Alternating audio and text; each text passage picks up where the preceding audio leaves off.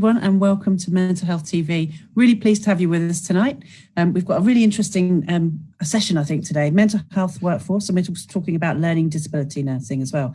So before I introduce you to our fantastic guest, let me come to Vanessa so that she can tell you how you can join in tonight with us.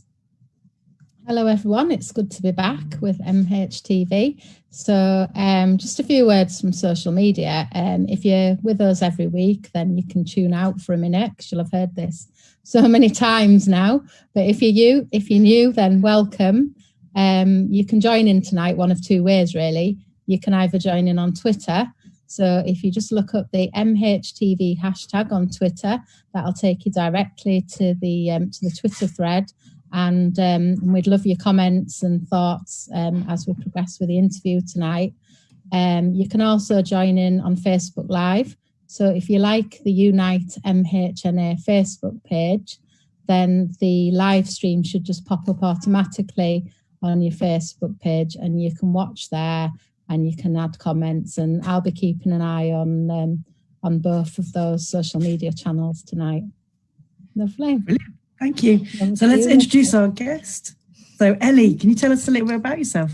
Oh gosh, yeah. So my name's Ellie Gordon. I'm the Senior Nurse for Learning Disability and Mental Health in the National Nursing Programme at Health Education England. And how did you come to be that? Now there's a how long have you got?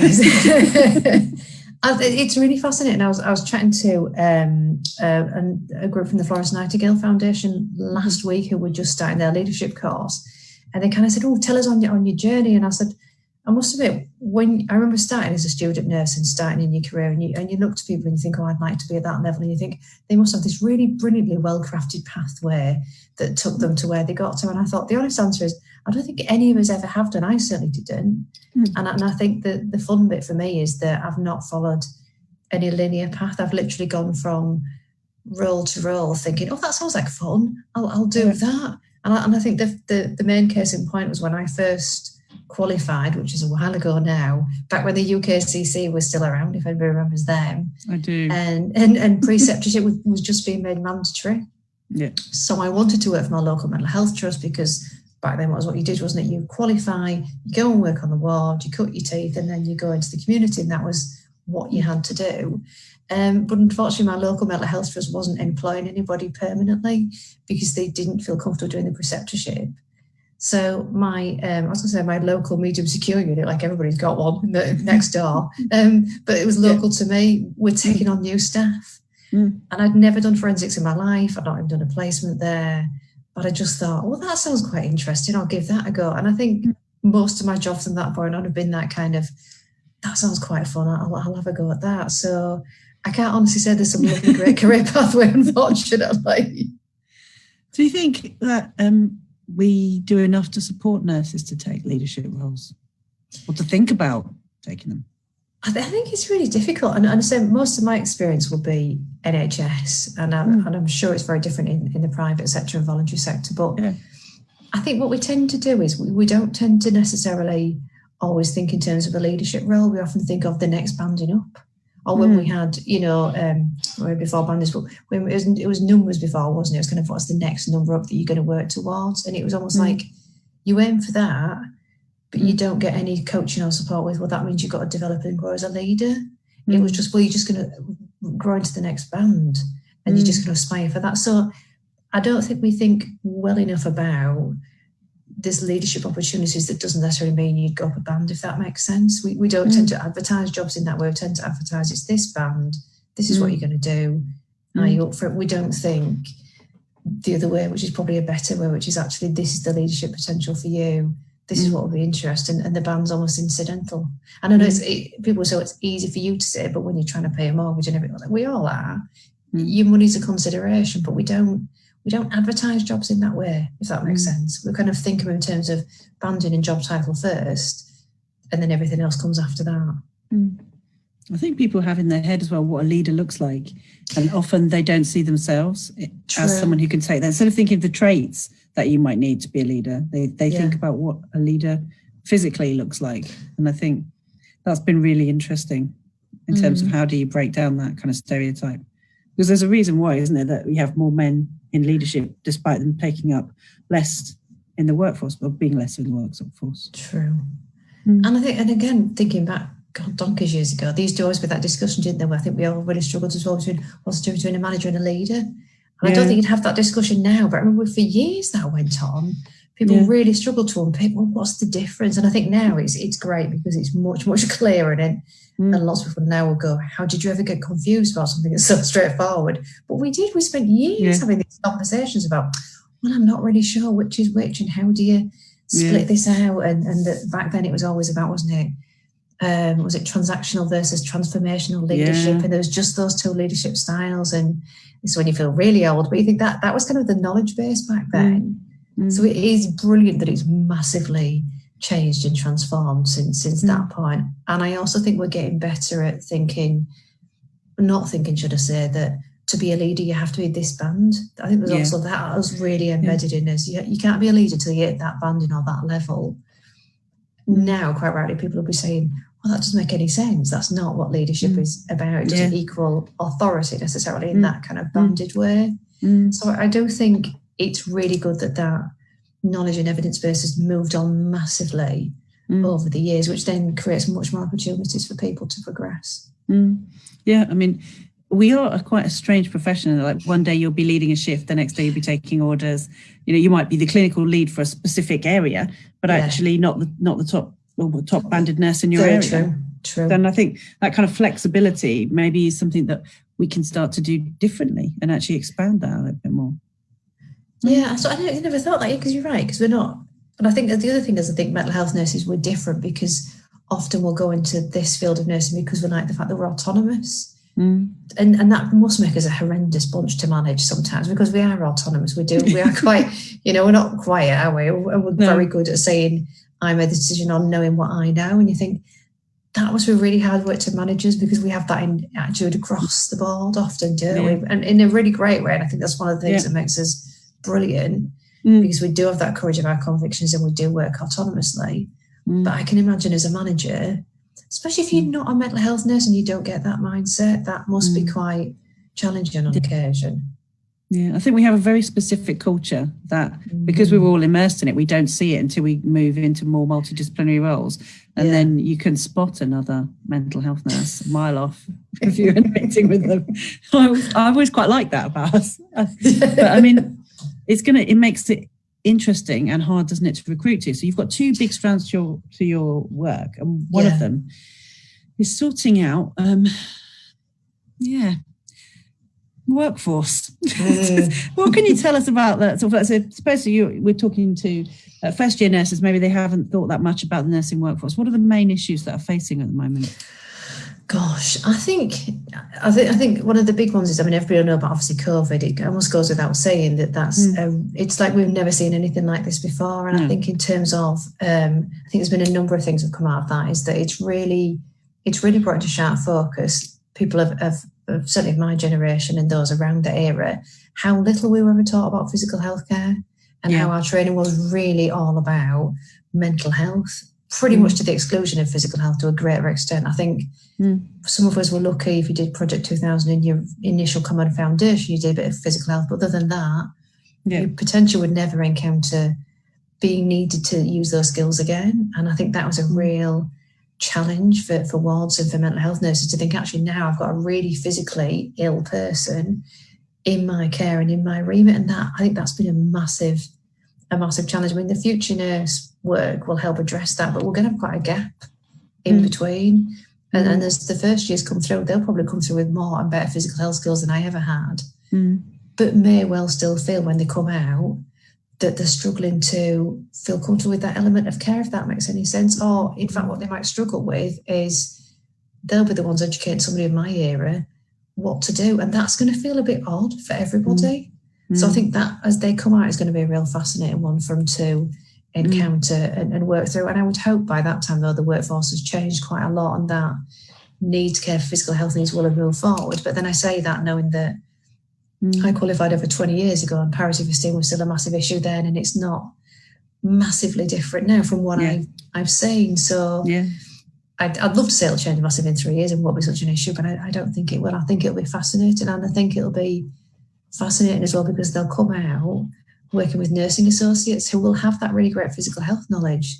So I think they'll come out towards where the dynamics are really changing and where it's really quite interesting. Well, and community environments as people try and find their place and sit, where do I fit within the team and how does my role fit? So I think they might well come out into teams that are still still forming, whereas we would have come out into teams that were very well formed, they'd known each other for years, everybody knew what everybody else does. I think they're going to come out into teams that are still forming in lots of ways and still finding their feet. And that, and I also think now that we're in a time where, and I think Cara was one of the leaders that said this, but I think the transformation of mental health services is happening at a pace like we've never seen.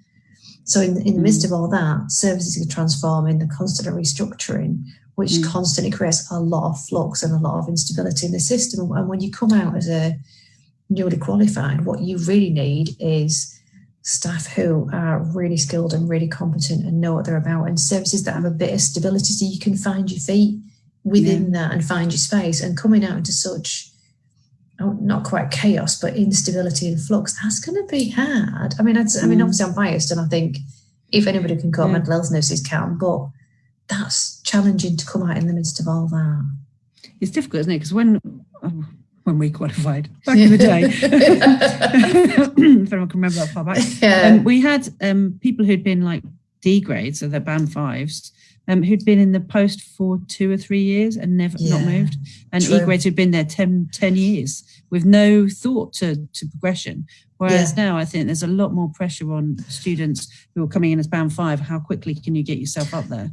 And that's interesting, isn't it? Because you're learning your craft, as well as trying to take on board sort of managerial skills, as well as working with such a lot of change. Yeah, and that's new. And I'm right. You're right, because and again, there was that old-fashioned thing of, you come out and you cut your teeth for a few years at your band 5, and then you might go to band 6, or you might not. And it's you're right. It does feel like there's a lot more pressure to get out, get your registration, cut your teeth, but then quickly progress. And how many more skills can you add? And I think that's great in many ways, but at the same time, you almost feel like saying, just take a breath and just enjoy it. Just enjoy this period and enjoy consolidating everything that you've learned, because you'll never have this again, and you'll look back on this as actually quite a fun and positive time, because it's just a chance to kind of go from the student and grow into the nurse you are, if that makes sense. It's when you really start to form yourself and get to know your own way of nursing and your own way of caring. And it's like, just try and take some time to enjoy that part of the process. Great if you're ambitious and you want to do more study, that's brilliant. But just take some time out to develop yourself, because that's an important part as much as anything else. I think that idea as well about deciding what it is you actually like, because I don't think it's a complete shock to people, because obviously you've been going out every year as a student into practice and working, and most people have a second job, and so people are immersed in the culture in a different way. But I think being immersed and then immersed with the registration, where you have that responsibility, feels different. And you learn a lot of things again in that kind of like double loop, things that you're familiar with and you've seen from the outside, you're now participating in. I think the physical health care stuff is key, but I think as well, there's having real pride in your mental health skills, in your therapeutic skills, in that sense of just efficacy and being able to support people who are vulnerable in that way. I think that's really, really important. And I worry we haven't really done enough to support students to be delighted in being a mental health nurse, and to be really proud of it, and to be really excited by it. And know, because when I came in, there was the only thing I wanted to do. I wanted to be like the people I'd seen, and I was so desperate to be like, the best of mental health nursing. That's what I would want for students, because it's such an exciting time. I know what you mean, and I think there was that thing of it. I think because we had mentors who'd been around for a long time, and I think we were lucky because we had mentors who were still really, really passionate about mental health nursing and weren't shattered, to be honest. And I think there's a lot of people now who are, to be fair to them, absolutely shattered because of what they've been through. But it was that, and we had that sense of pride instilled in us as we were doing our training, that sense of, do you know what, it is the most amazing job. And it is that thing of, how do we get that back as a profession? How do we get that pride of, do you know what, this is something to be so proud of, and just enjoy it. And it's one of those really intangible things that you want to be able to sit and write it down and go, this is what I'm going to do and this is how I'll achieve it. But it's really hard to work out how to get that passion back. But you're right, because if we've got that passion and we get excited, then the students will see that, and then they absorb that and realise, you know, it is the best job, and it is using those therapeutic skills and instilling that sense of hope and recovery. It's what you train for, isn't it? And then you get to the other end and you're like so excited that you've registered and you're there, and you're like, you're right, you just want to immerse yourself in it and just really enjoy using those skills you spent all those years learning. Yeah. So we have a bit of a shortage, would it be fair to say? Yeah, afraid so. For anyone who's not aware. Yeah, you've missed the media headlines. So, but there's a plan, isn't there? So can you tell us a little bit more about what we're all trying to work towards to do? So again, it comes no surprise that Boris said in his manifesto pledge, etc., that it was going to have 50,000 more nurses, and that was going to be by the end of this governmental term. And so there's lots, you can imagine there's lots of work going on to increase the nursing numbers. And I have to say, again, I feel like I stuck record talking about COVID, but it's like the elephant in the room. You can't not mention it, can you?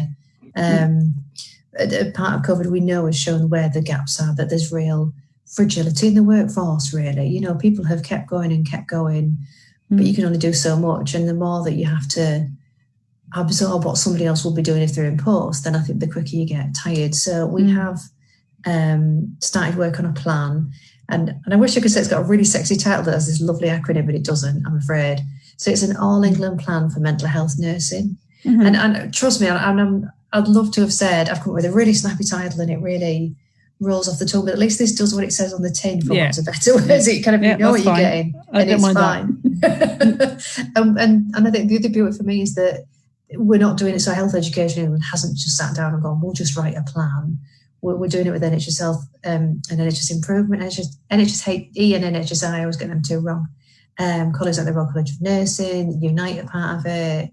We've got Skills for Health, Q&I. So all the kind of big kind of partners that you would want around the table discussing nursing, inputting into this plan. And of course, we've got patients, families and carers and students.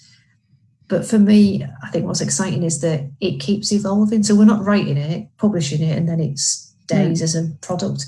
We keep changing it. So obviously a big part is about attract. How do you get more people into the workforce? And the things that we do anyway. So we have apprenticeship schemes and people come to university and all that kind of thing. And you think, no matter what anybody did, that would all happen and that would all take place. But the big part of that, like you say, is that attraction of how do you make mental health nursing really attractive? You know, because you turn on the telly and you'll see nurses in uniform and they're putting a drip up and they look amazing. If you turned on the telly and watched a mental health nurse doing their job, you'd probably struggle to understand what we were actually doing. It would just probably look like a conversation. And it's like, how do you sell to somebody who's 16 or 18 or whatever age that actually this is really amazing and this is really fascinating? Because you haven't got that really great visual to show this is my job and this is what I do. And obviously we're talking with patients about things like, you know, stories from patients are always the most powerful and they will tell a better story than us nurses ever can do. So we're looking at things like that. We're doing work around, like I say, apprenticeships, which seems certainly to me a really good offer at the minute, because, you know, you can go direct entry and that's great, but obviously you're paying for your own tuition, and students, to be fair, are really struggling at the moment, whereas apprenticeship, you are actually employed for the period of your training. You've got a job and then you've got an employer at the end of it. And I know some areas are doing some really interesting stuff, so you'll get to the end of your apprenticeship and, you know, like we're saying, if then you've got to choose and you have that kind of heart-lurching moment of, well, which bit do I really enjoy and which bit do I want to work in? Some areas have sort of said, well, we'll employ you, but what we'll do is we'll do your rotation, so you get a taste for different areas and they get a feel for you as a nurse. It's almost like kind of it's like speed dating, if you like, in a way, that, but then you get a better fit, because if you feel comfortable in that place and that team feels you're right for them, then it's much better all round, rather than that doing that traditional of you're now registered, now pick an environment you're going to spend a long period of time working in. So trying to pick up those really great examples and work with providers around how can we cascade that, because, you know, a big part of what we're doing is, I mean, attraction's one thing, but we've got to keep the workforce we've got, because otherwise we bring lots of lovely new people in. And like we were saying earlier, if we don't keep the skills and experience and knowledge that we've had for years and that workforce that's really been doing this for a while, then we'll lose all the mentors, we'll lose all the people to look up to. Yeah. We lose big chunks of the existing workforce, and we just can't afford to do that. So we're doing lots of work around how do we implement work to keep people in the workforce, to look at how do we care for people's mental health, how do we ensure that we're getting the training that we want and that we need to progress. And again, you know, seeing a lot of people qualifying and going, I'm going on to do my next degree. And, you know, that's brilliant. If academia is your thing and your focus, that's great. But there's a lot of us who aren't academic and who would rather do a kind of skills-based training or something that's more practical. And like I say, you know, therapy is that kind of thing to really hone your skills, and trying to look at how can we develop and deliver training that really meets the needs of the workforce. So again, it's trying to look at things differently, trying to think of what does the workforce need rather than what do we want to give to the workforce, if that makes sense. So trying to do all those kind of things, that's not just thinking getting new people in, it's like how do we keep the people we've got and make sure they've got a fulfilling career. You know, because I think that's one of the other big things is, you know, we always say mental health nursing is a fantastic, rich and diverse role, but then people often say, yeah, but how do I get to that place, or how do I get to be a nurse consultant? Because there used to be loads of nurse consultants, and then the numbers went down, and there does feel to be certainly in the Northeast a really big resurgence, which is brilliant. But how do you then, you know, replicate that in other areas and encourage other people to go down that path or do advanced clinical practice? And so trying to highlight those really fun clinical roles so that people don't feel to progress, I've got to go down management, even though it's not really me. That's the only way I'm going to have a career. So we've got attraction, so trying to get people to understand what we do, because there's tons of people who just don't. That's very true. At all. And then actually make it an offer that people can actually live whilst doing. Absolutely. Some actions that have been taken over the last 5 years have made it a little bit harder for students, should we politely say? Not to go down that road, we'll only get crossed. And then retaining, so looking after the people we've got a bit better. And what are the other strands too? So it's about developing. So again, you know, you can keep people, and you can keep people by virtue of the security of a role, but that doesn't mean they're happy, if you know what I mean, in that role. So it's about how do we also develop the workforce and ensure that, you know, you've got the skills and the training and a lot of the time the actual time to do the job you know you want to do. And it's, I mean, some of these things, like I say, are outside of my control, but we work with colleagues like the Director of Nurses Forum who are able to kind of help that operational change to happen so that nurses have the time to do the job. I mean, I think a case is that we've got nursing associates now who, I know they've had a bit of a rough ride, to be fair, as they've come in. There's been some people that haven't been as positive about what a great role it is, but you think actually... But that's not new, is it? Think about this. There's always one. There's always one, I know. Who says, this is the worst time to qualify. And you're like, why are you a nurse? You hate people. Go somewhere else. Exactly. Because when you've got that saying, haven't you, nurses eat their young? And that's just appalling. I always remember hearing that. I'm thinking, that can't be true. We can't be that awful. And yet we are to each other. And you think, and you've got these nursing associates coming out with these amazing skills. And you think, so these guys are coming out and they can do a lot of the things that you don't feel you want to do or that you're skilled to do, which then would free you up as a mental health nurse to do the stuff you really want to do. What's not to like about that? You know, and it's kind of thinking in those ways as well, and thinking, you know, if the nursing associate does the things that they're really good at, which means you don't, so you can then do your training in therapeutic interventions that you've always wanted to do and then share that skill set with your patients. Then everybody starts to win. It's trying to think about things in terms of development in that way and how we can all work better together. Because at the end of the day, it's about the patients benefiting. And the last strand, I think, is celebrating. Yeah, which, and again, so we started off with the year of the nurse and the midwife. That did not go to plan. No, so we're unfortunately. Terrifyingly, we're going to try it again next year. It's like Who knows what's coming next year? Everyone buy a crash helmet. Could be interesting. Go again. And I think a lot of people, and you rightly said as well, saw kind of like a real adult dominance there, which is, you know, fantastic, so exciting to support and celebrate our adult colleagues. But there was not a sniff of mental health or LD in there. No, and it was such a shame. And precious little of child as well. Is there plans to do something next time? With the year of the nurse and midwife, I honestly don't know, to be honest with you, because I just heard that it's coming into next year. But I think for us, it was a big thing, like I say, about when as nurses, we always do that thing, don't we? Well, I'm only a nurse, so I won't shout about it because I'm just doing what I do. And you think we are terrible at saying, aren't we amazing? Look what I just did. Or even better, patients saying, well, you're great, thank you. And so trying to get much better at working with patients and families and carers so that they can say, what's so great about mental health nurses? So it's not us saying it, but also encouraging really great mental health nurses to say, you do amazing things. How can we help the world see how great you are and what you do? And then that, again, feeds back into, this could be a career for you. This is what a mental health nurse actually does. And this is why it's a really fantastic role. Because, like I say, we're just dreadful at shouting about how good we are. And I've lost count of the amount of people who go, well, I haven't got time to celebrate or shout about it because I'm just getting on with it. It's like, well, then let us do that. Let us take the time to celebrate what you do. It's an interesting one, isn't it? That kind of like the way that nurses task focus. And it's amazing. It's a huge skill. But at the same time, then if you don't tell anybody these days, it's a problem.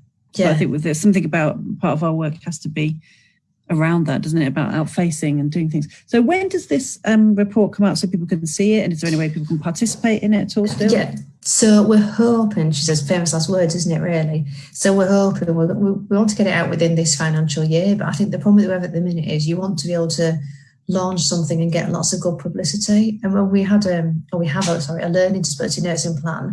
We'll get to that. Well, like I said, we launched that just before COVID hit. It's like how not to get any publicity was awful. So we're being really cautious with this plan because we want to make sure we launch it and get lots of publicity. So it's like being more careful than ever about planning your day and getting it right. So because we really want to get it out there because once it's published, it won't remain static. It will keep evolving and changing. I think that's the fun thing about it is that it will keep evolving and changing because life evolves and changes and the workforce needs will evolve and change and it needs to change to reflect that. I think if people want to get involved, then I'm always happy for hearing about what other people think should be in there because again, we've got for once a few years to make changes and to keep enhancing the workforce. So I'm really about. I'll have to find an email address to give you something because I really want to. We're tweeting you out, by the way. So brilliant. You must find that ship has sailed. That's fine. That's absolutely fine. Because, like I said, that's why we're doing it with other people. There's absolutely no point in us as an organisation or with NHSE just writing a plan. If we don't hear from the workforce, then how do we know it's going to meet their needs? So I'm always quite happy to hear. Definitely. You've got two strands to your job and the other part is LD. We'll come to that. But I just wanted, Vanessa, is there anything you wanted to pick up from the mental health nursing side before we have a talk about LD?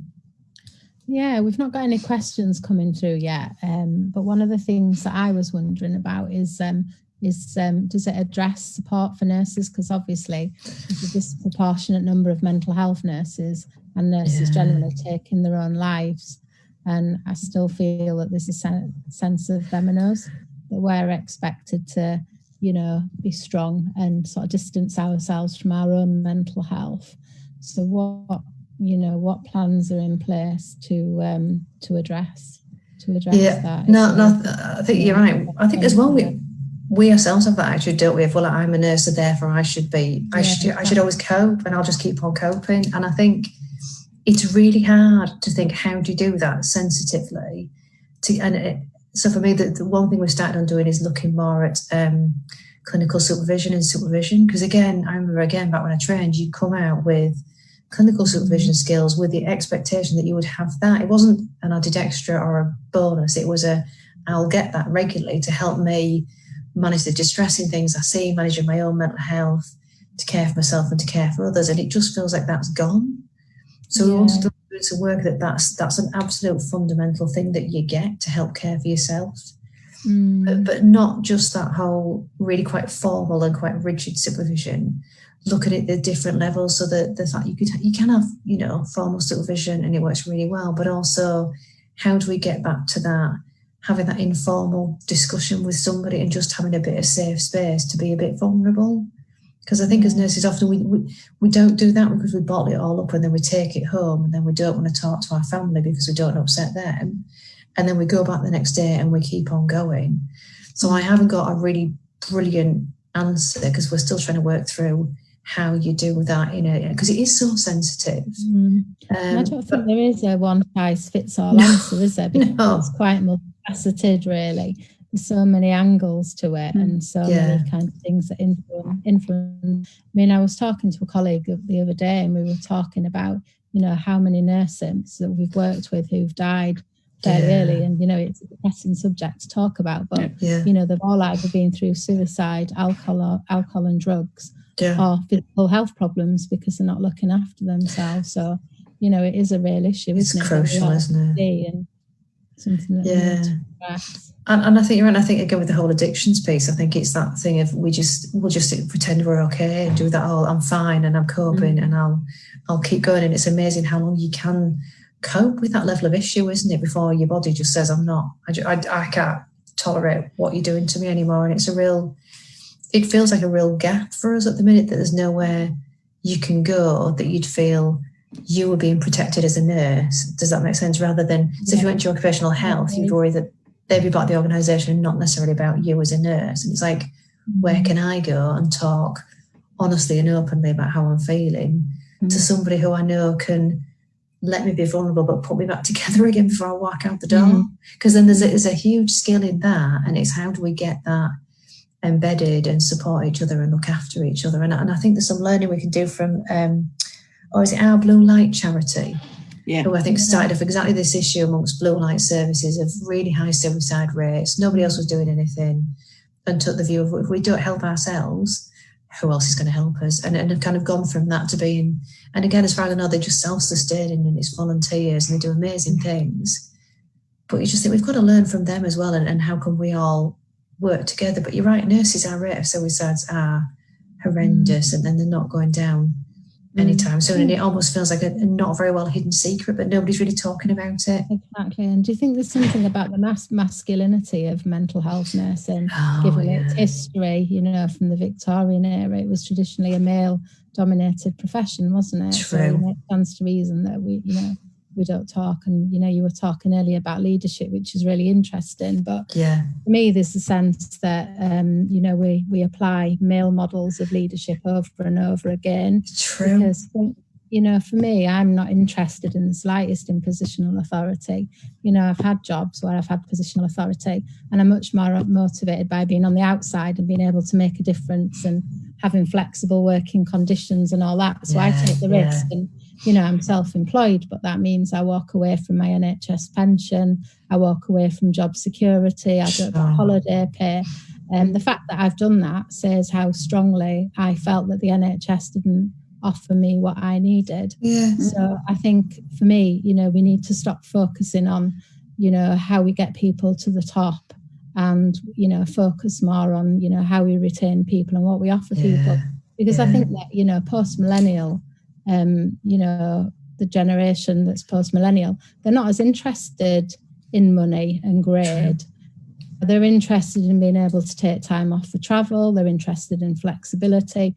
And, you know, we need to look to the younger generation more around what, you know, what people want, you know, as mental health nurses. It's not, and things like, for me, you know, and I worked at the Leadership Academy, so, you know, we did a lot of work around coaching and mentoring, but one of the things that strikes me in the NHS is that coaching and mentoring is focused on senior leaders in the NHS. It isn't as focused on frontline staff. So, you know, how do we get more nurses who are working, you know, clinically out there at the moment to actually be able to access coaching and mentoring, or to be trained as coaches and mentoring? So I think, you know, I think that, you know, the sort of coaching approach would really help as well, and put people in touch with their values and what's important and to them, and, you know, what direction they want to go in on that basis. I've got a couple of people joining in online. So Nicky and Barney, hello. I think you're right about clinical supervision, and more so even with the pandemic. And obviously Dave can't stay quiet. I'm joking. We love it when you're joining. It's just saying on the point of support for NHS staff, we're doing a lot of work on that with Unite, and NHS England members can read an update on that. And that's just been tweeted out. But I think perhaps we need to move over and have a think about, however sort of challenging workforce issues are for mental health, and they are for learning disability colleagues, they're even more challenging. So we've had an email from Tay on Facebook, it looks like. How can learning disability and mental health nurses work better together?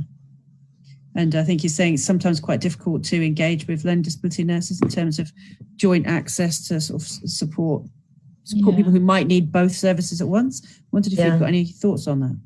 Oh wow! I think it's really fascinating, isn't it? Because I think if you talk to general nursing colleagues, they tend to lump us all into one profession, don't they? They kind of go, "Oh, learning disability nurses and mental health nurses, you're kind of one and the same, aren't you?" Yeah. And yet, if you come and talk to us, we're like, "No, we're massive. We're really, really different. In fact, we don't even really talk," which always seems bizarre because you think actually there's this huge amounts of mental health and mental illness in people with a learning disability and people with autism, and there'll be loads of people in the mental health system who will have undiagnosed autism and learning disability. And you just think, actually, if we all just had better conversations, we potentially would be caring for the same people or should be caring for the same people. And I think if we sit down as professions, I think we'd all be saying that. I think a lot of the time it's the way services tend to be set up. That if you've got this diagnosis, then you go through this door, and if you've got this diagnosis, you go through this door. And I think it makes it really challenging then to have those joined up relationships and work together. And I say lots of things about integrated care and health and social care integrating and all that kind of really positive work. But I just think, to be honest, sometimes it's about you just start with each other. And some of the best work I've seen is when teams have literally picked up the phone and rung each other and gone, can we have a discussion? I don't know what I'm doing with this person. I'm really struggling.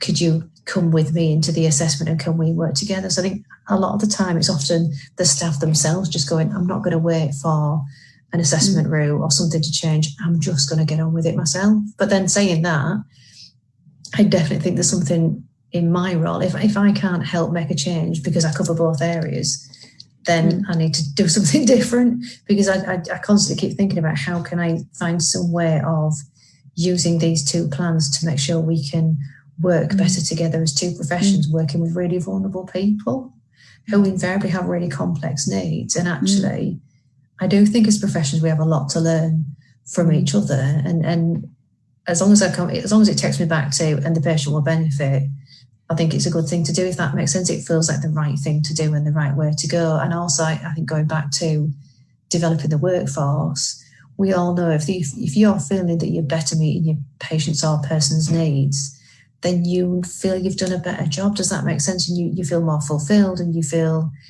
you're doing the role and the job that you're there for as a nurse. So I do think it feeds all back into that development as well, again, and about how can we look at either influencing or infiltrating each other's training and that kind of thing, having training packages for mental health nurses that have learning disability nurses on there and vice versa, so we can start to get to know each other a bit more and get to appreciate each other's skills a bit more. I think a lot of that is about respect as well, for knowing the things that I'm good at and for a learning disability colleague, the things that they're good at, and understanding that on that quite basic level, I think helps us make a big difference as well.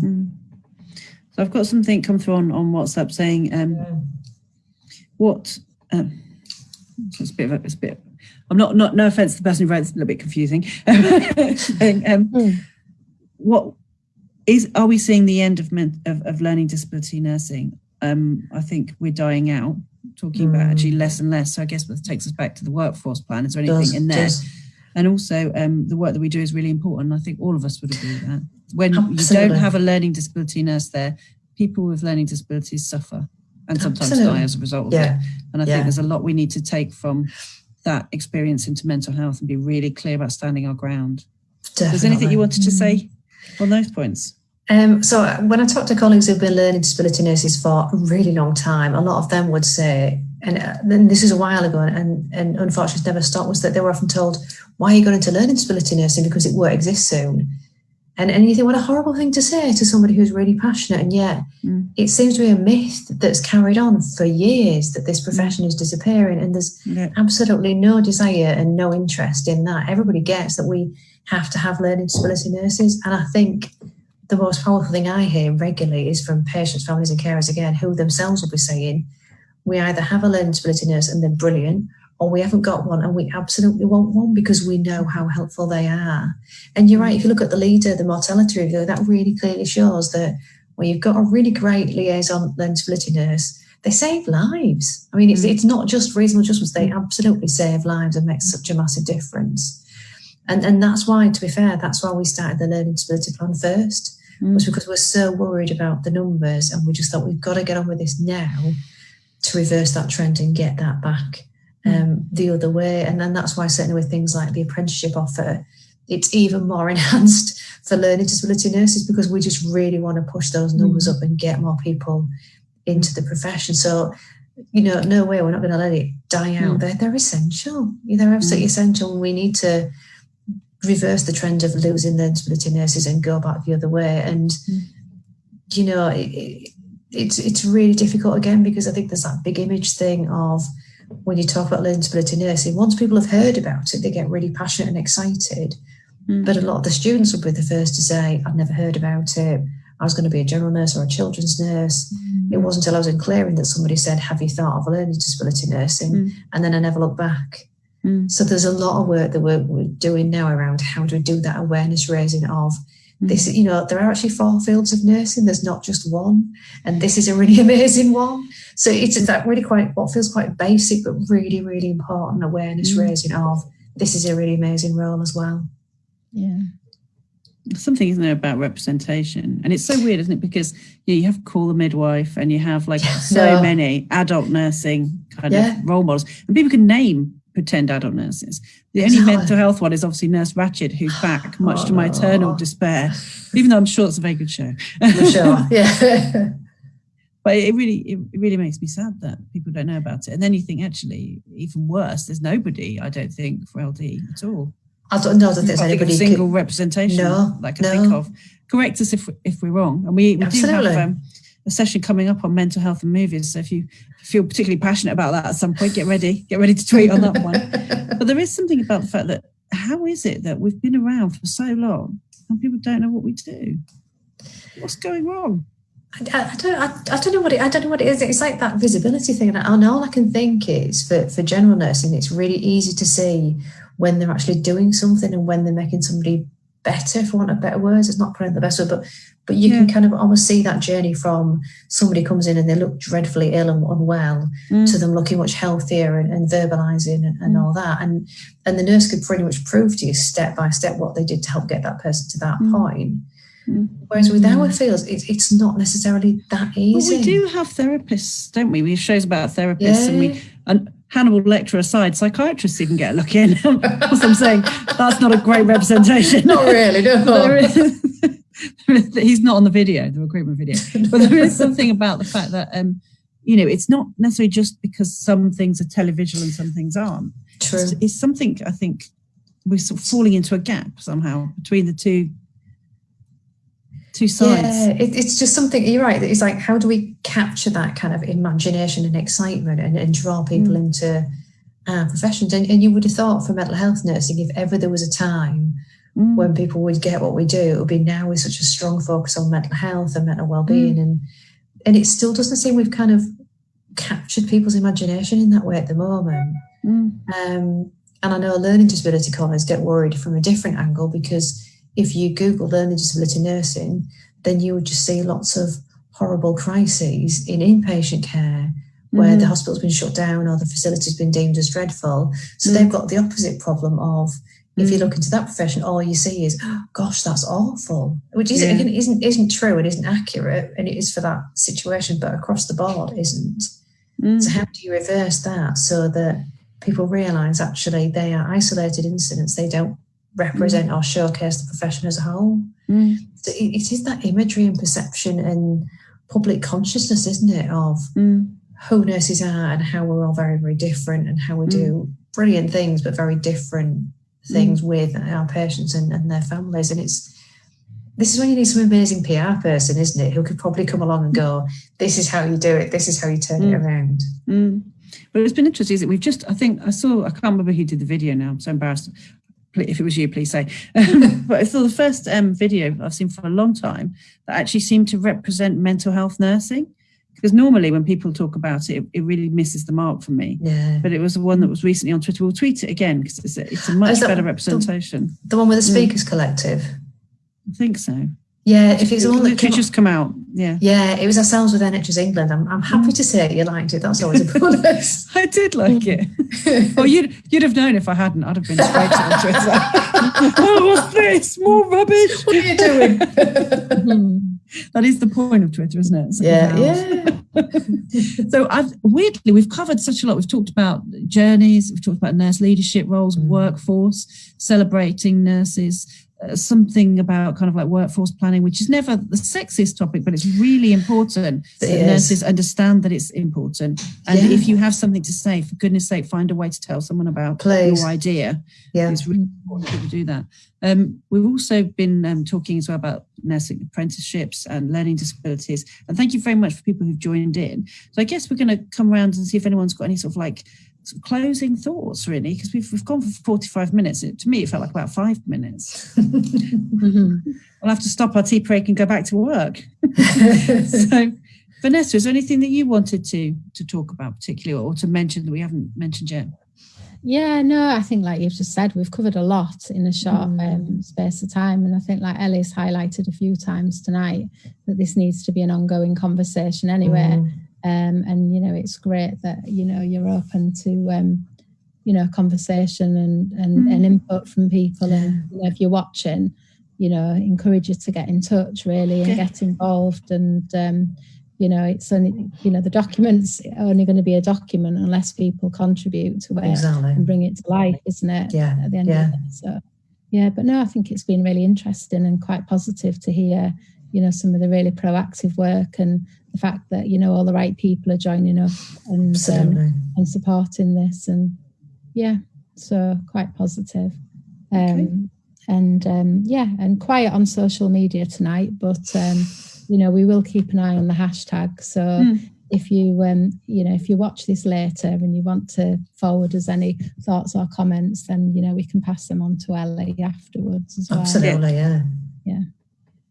And from you, Ellie, anything that you wanted to sort of just highlight before we finish up? I suppose just to say, I mean, you know, I remember being a student nurse and people, my mentors, people I looked up to going, oh, I remember when, and, you know, I remember when I was your age, and I remember thinking, I'll never be like that. I'll never be one of those people. And here I am doing exactly the same thing. But I suppose it's just to say, and you hear this all the time from people my kind of age, and everybody groans, but you think it does go in the blink of an eye. Your career, you think it's really slow, and you think you're just getting on with life, and you think you've got all the time in the world. And then before you know it, you're at the other end. You've been through so many years of nursing, and you think, gosh, how did I become the experienced person or the experienced member of staff? Last time I looked, I'd just qualified and I was just coming out. So I just think it just goes back to enjoy it, you know, really do enjoy it. I mean, you know, we all have times when you struggle, and we all have times when it's really heavy going, let's be honest, but cling on to the good times, because there always are good times, and there's always times when it's positive and fun, and you realise why you chose this as a career. But it goes so fast, and do take. And I think that's one of the big things I did all the time was take opportunities. Don't think too much about it. Don't worry too much about it. Get better at just saying yes to something that sounds exciting, because you'll invariably be brilliant at it and enjoy it, and it'll be good fun. And if you don't, it doesn't come round again. So, you know, take advantage while you can.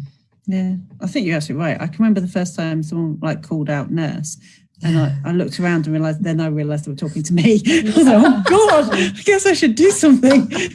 And that was 20 odd years ago, and it doesn't feel like any time. So you're absolutely right. But again, that thing about if people have got something to say, for goodness sake, say it. You're not powerless. Don't let people make you think you are. So for goodness sake, say stuff. But yeah, I think that's brilliant. Go on, you can say something. No, all I was going to say was, and again, I think the beauty of things like Twitter and all the social media is that people way above my head as well, are so much more accessible than ever before.